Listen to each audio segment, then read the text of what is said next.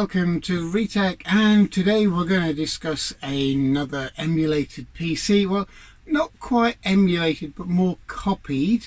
If you looked at one of my previous videos on the Harlequin 48K, you'd realise that there's a machine that was being built that was able to kind of emulate a Spectrum to almost an exact copy, and it was a brilliant little machine. It was built around TTL chips and it was quite easy to assemble, and basically it made a really nice alternative to a software emulated ZX Spectrum.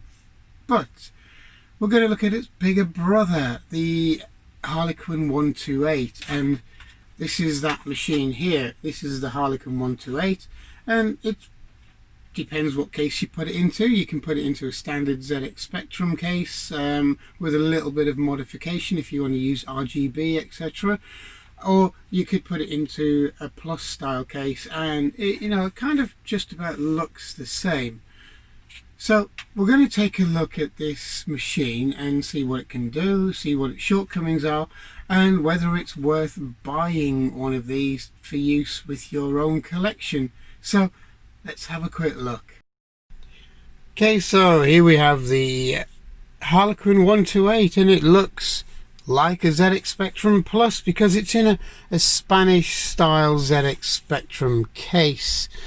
It looks the part in this plastic case because it's genuine Sinclair or genuine ZX Spectrum at the time. You've got to remember that the Spectrum 128 was out in Spain before it was out in the UK originally, so this is probably one of the original cases for those Spectrum 128s. And the biggest reason I put it in this machine is because I had a ZX Spectrum Plus 128 case, and I decided, well, I'm probably not going to get hold of a 128 motherboard very soon, and it seemed to be a little bit of a waste of a machine just sitting gathering dust or sitting in a box. So I decided to put a Harlequin board in it, and it actually looks and feels exactly the same as a ZX Spectrum 128. The keyboard's still the same kind of rubbery kind of mess that the original Spectrum Plus and 128s were, but I put in a modern membrane on this machine and it feels a lot nicer. I mean, this membrane was slightly thicker than the original Sinclair membrane on it. It was a lot more sturdier, and it actually gives the keys a little bit more bounce because it's pushing the keyboard up ever so slightly, so it feels like it has a lot more pressure to the keys, and it actually feels a lot better. But that really doesn't change the fact that this is a Harlequin 128. But if you are going to put a new membrane in your computer, try and get one of the sturdier, thicker models. They do quite a few different membranes. This one's, if you want to recognize it, it is a clear membrane. It's not an opaque, it's very clear. So if you find them on eBay or looking around in electronics companies and you see a very clear membrane, then that's the one that you really should be going for. It gives the keys a little bit more bounce and it makes it nicer to use. So this is your Harlequin Spectrum 128. So let's take a look around the machine. So we have your standard keyboard, which is going slightly yellow in the corners. I'll have to do that at some point, but other than that,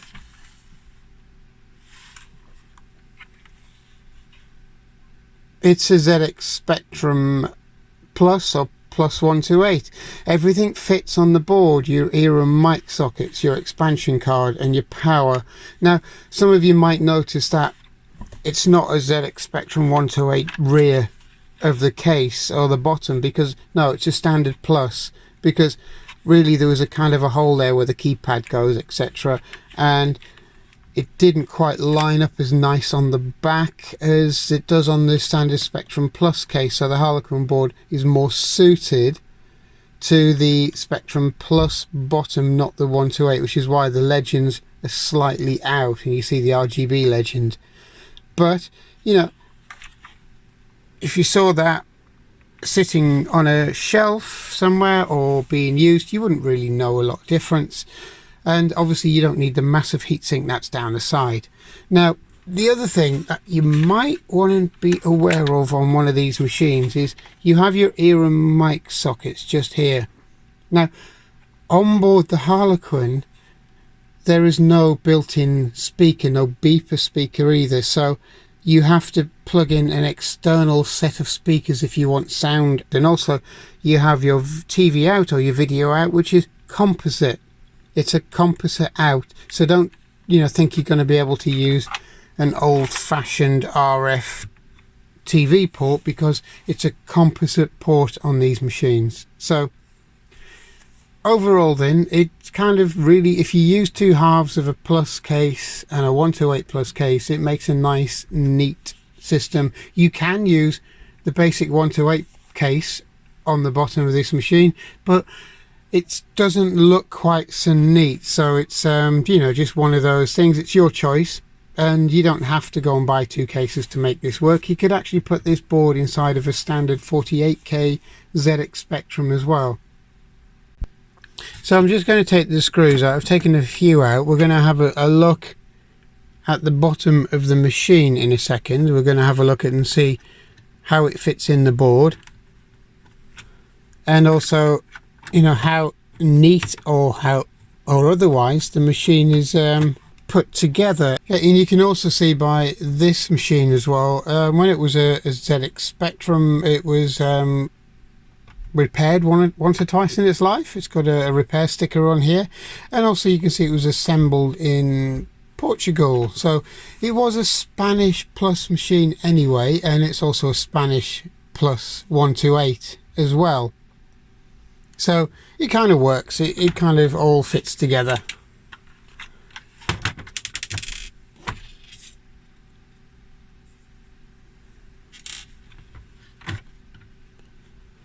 Okay, so you've got the actual machine taken apart. You have the new ribbon cable, which is the very see-through-ish bluish tint if you want to look for one yourself. It's got a clear back to the actual membrane, but the actual connectors or the lead-ins are bluish tint.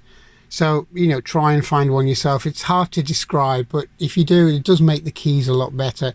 And this is a Superflow Harlequin 128, and one of the things you'll notice is a jumper set here. Now that's very important, because this machine can be a number of different machines, which we'll cover at a slightly later video, because this might make this one a bit long. But we have a ZX Spectrum Plus 2E, a 9 tiles ROM, which I've actually contacted John Grant about this, and which I'll cover in the next video. We've got ZX81, Jupiter Ace, and a test ROM, and you've also got Derby Plus Plus. And as it says, the original ear socket used for tape input and mic output. The original ZX Spectrum mic socket is now used to produce stereo output to a TV or amplifier from the onboard sound chip. So as I said before, it has no dedicated speaker inside. It doesn't even have a beeper speaker. Okay, so if you're wanting to plug this straight into your TV and think I'm going to play a game, you're kind of in for a bit of a shock, because you're going to have a very, very quiet game. Okay, so this is your basic layout. You can see how small it is, so it fits inside of a standard ZX Spectrum rubber keyed case, and it's very neatly done. The board layout is very nice. Everything is socketed. There's no chips directly soldered to the board, which is great, because soldering chips to the board transfer a lot of heat to them, especially if you're kind of slightly new to soldering and you're taking a little bit longer than you probably would if you're a bit more experienced, and then you're having these chips heat soak up all of that heat, which isn't brilliant for them. But that's your basic layout, and it's quite neat. It does really well, and it's a nice way of getting a modern ZX Spectrum. Okay, so I'm just going to try it out. We've popped in the composite lead, composite out to a TV at the back, and as always we need a power lead, and this is a brand new power supply. You can use the old ZX Spectrum power supply if you really were mad, because the ZX Spectrum power supplies are getting old, and really, do you want to kind of have a chance of damaging your brand new Harlequin 128s because of an over voltage? And to be honest, they're about £6, if that. You know, you can get them from £6 to £9, and really it's not worth trying, you know, having that kind of damage done to the board because of a faulty power supply for the sake of £6. So always I recommend getting a brand new power supply. Okay, so when you power the machine on, you get the very familiar tape loading or front end to this. You don't get any sounds from it whatsoever. There's no sounds from the machine, there's no sounds from anything other than whatever you press on the keys, because there's no speakers in this machine. So we're going to plug in a set of speakers, and we're going to see the difference, and you can hear the actual keys working like a standard Spectrum, but also we're going to plug in a div MMC because it's easier to load the software from, and these are generally compatible. Okay, so I've only got a couple of bits and pieces loaded on this already, so we're just going to have a look, scroll down and see what we can do with it. Right, so we're going to go to games, and then we're just going to pick an old favourite game, and again this is a 48k game, so it should run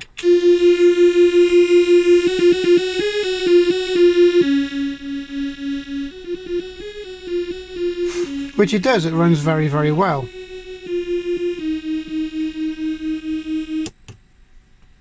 So if we go back to the menu, and it seems to be massively compatible with all 48k games and software. Okay, so here's a 1 to 8 game, Dizzy Spellbound, and you'd have to forgive the slight waviness of the TV. Obviously we've got good old mechanical magnetic speakers next to them, and they do interfere a little bit, so you'll have to forgive that, but you can hear it's playing the 1 to 8 versions of Dizzy very, very well, and it's not a problem. I mean, it works really well. As you can see, there's no real issues with it whatsoever.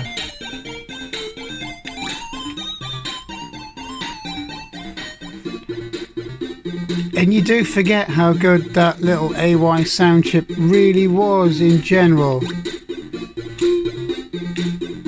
because it could produce some really nice sounds, and it's something that's kind of not really done these days. Chip tunes or kind of processor style musical chips, which you know, now everything's synthesized and audio and recorded and big bands and everything else you can think of, rather than using the direct chip on a machine like a Spectrum or a Commodore 64.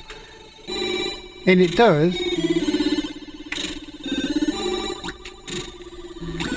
and it does make a difference, because you don't hear these sounds naturally, really, to be honest. But as you can see, the game plays really well, and it's a 1 to 8 version. So if I do a reset on this, and I'll go down a few of the games in the Dizzy collection alone that it doesn't quite play, okay?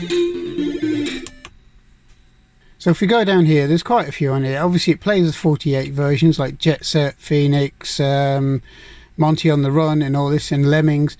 But then you get down to the Dizzy ones, and what happens, there's quite a few on here. They're all slightly different versions of the same game, from 48 to 1 to 8. And the 1 to 8 versions mostly run. I mean, mostly run. Same as this.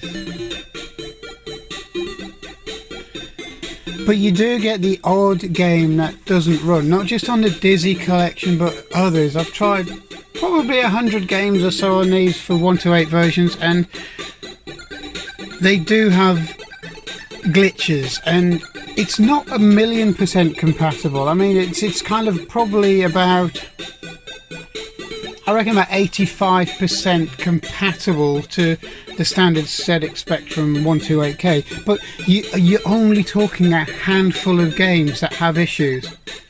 That's it. And one of the biggest problems with this build is that if you put the joystick port and enable the joystick port on the board and solder in the connector, things like your div MMC etc. don't work. They just don't. They refuse to work. So that's not a major point if you consider the original Spectrum 128 Plus anyway didn't have those features anyway. But you know, it's nice to have it built in. But again, if you're running cassette software, that joystick port will work fine. You know, there's not a big problem. But when you're trying to use these SD cards, div MMCs and similar, that's plug in directly to the expansion port. They don't work. They don't want to run. They don't work. It has a conflict. So on this build, it's not there. I didn't even bother putting it on because I'd rather use one of these and use the keyboard, really, to be honest, because it's quite an old-fashioned game. Most people use keyboards on these computers anyway when they were brought out, so why not? But if you do have cassette versions, you can plug in a joystick expansion socket or cartridge and it'll work just the same, and obviously you won't really have any issues. And most people will use things like this or similar and have all of their software on SD card via that anyway, rather than the div MMC. I think these kind of things are probably a little bit more popular, a bit more accessible, either in this form or even this form and so on. And you know, they do work really well, and it's a good alternative to a div MMC. But I like the div MMC, and I don't mind using the keyboard, so to me it's not a big deal. But as you can hear and as you can see, everything's working the way it should do, and it's nice to see basically a modern recreation of a Sinclair ZX Spectrum Plus. And it's great. It's one of them machines that I would probably use more than a standard ZX Spectrum 128 or Plus 128, because it's using modern components and it's very, very unlikely to fail in the way that these aging machines are failing. So if you've got a ZX Spectrum Plus and you want to keep it pristine, or a 128, then get a Harlequin.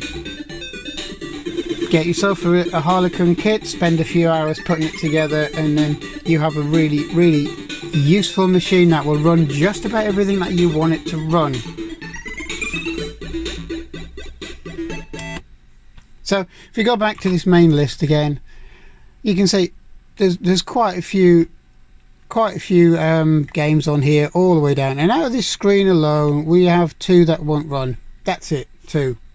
And it's not a massive amount. I mean, you know, considering there's quite a few games on here, and out of this screen I think there was 1 that didn't run, so it wasn't a massive issue really, to be honest.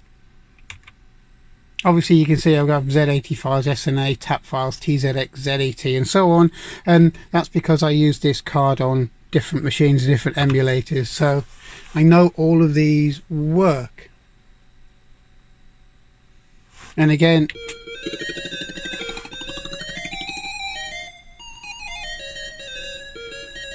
you even get games that have been enhanced, been messed around with, been improved as well, especially with sound.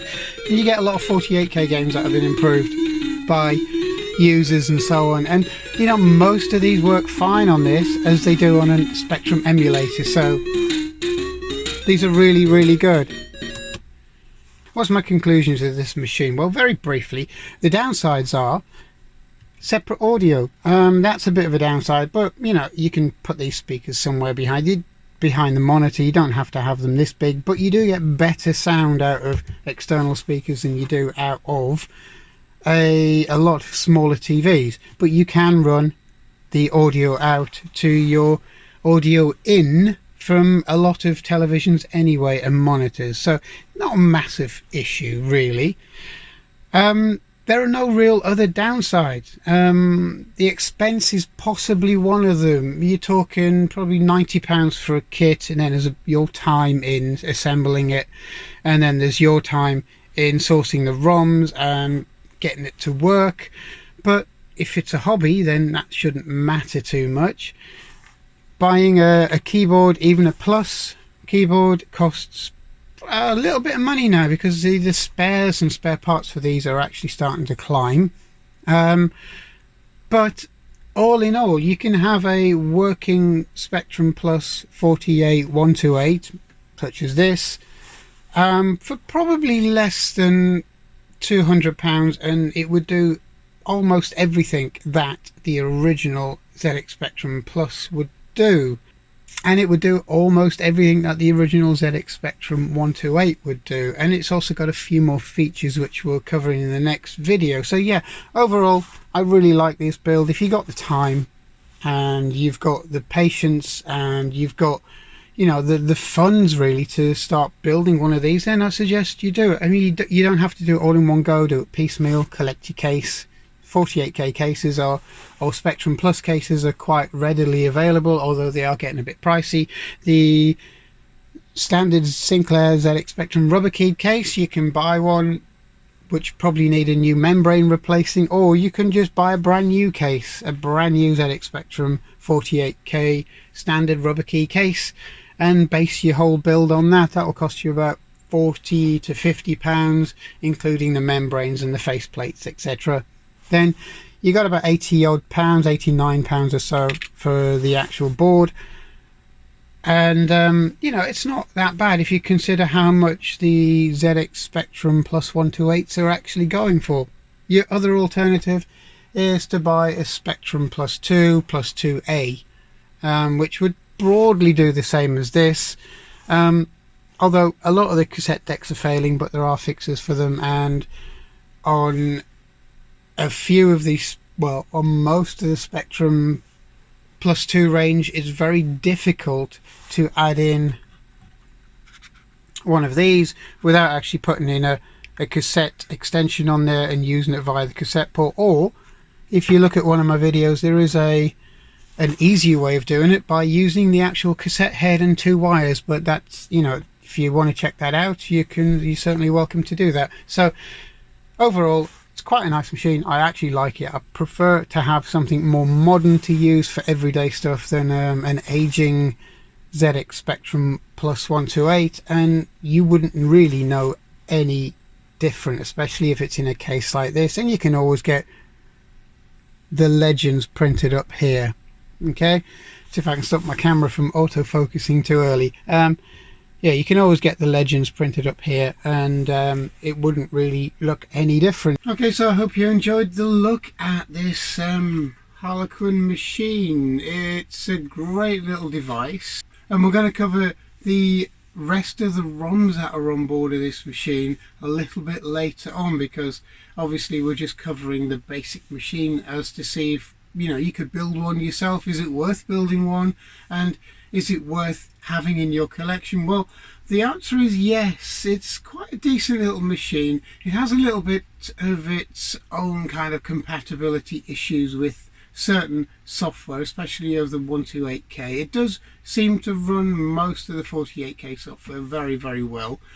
A lot of the 128K software it's not really happy with. It doesn't like some of the calls, the instruction calls, and it will crash. But for the vast majority of the time, it does actually work, and it does look and it feels and it acts the same way as a classic ZX Spectrum and a classic ZX Spectrum 128, especially if you put it in a 128 case like this. And obviously one thing, you don't need the heatsink on this because it doesn't need that huge chunk of metal on the side.